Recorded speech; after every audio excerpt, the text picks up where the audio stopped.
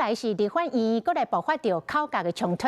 民进党团为着要阻止反废死、反戒严两大公投案逕付而托，早起一透早提封条占领主席台，而且封锁后门，不爱让议长韩国瑜入去。鲍坤琪虽然来放话，讲专武行是选项之一，也毋过国民党嘛无强行讲入去。到鲍坤琪来表达着不满，炮轰民进党，甲议场武甲袂输是刑场共款。经替民进党瘫痪立法院，所瘫痪的是院长窦英台的施政总质询。好，连续48点钟国立议场立法院，民进党团日今日透早出境，先家己拆掉进前一枚大封条，出来等大门一个开，移转定点。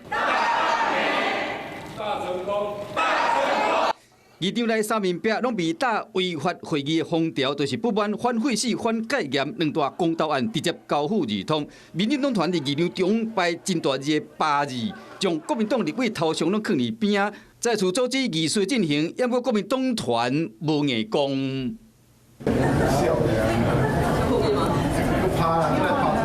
他已经等4天没办法投资去。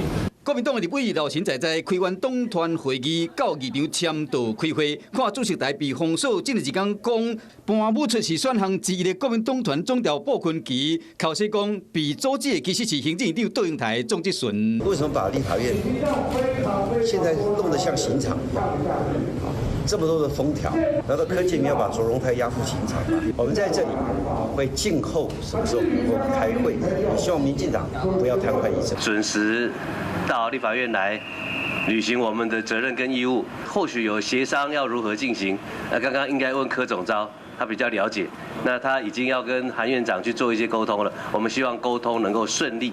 讲有沟通，也过议场双边的门口拢被封条咧，阻挡韩国瑜入去会场，鲍坤琪就开枪啊！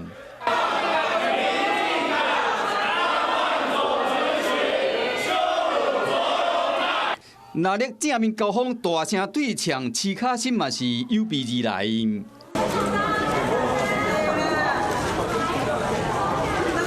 议会处理公投案进程，调野充满会有味。好，辛苦的一天开始啦。Hello， 我是林明瑞。想要抢先掌握最及时的新闻资讯吗？赶快订阅、按赞、开启小铃铛，锁定我们华视新闻的 YouTube 频道。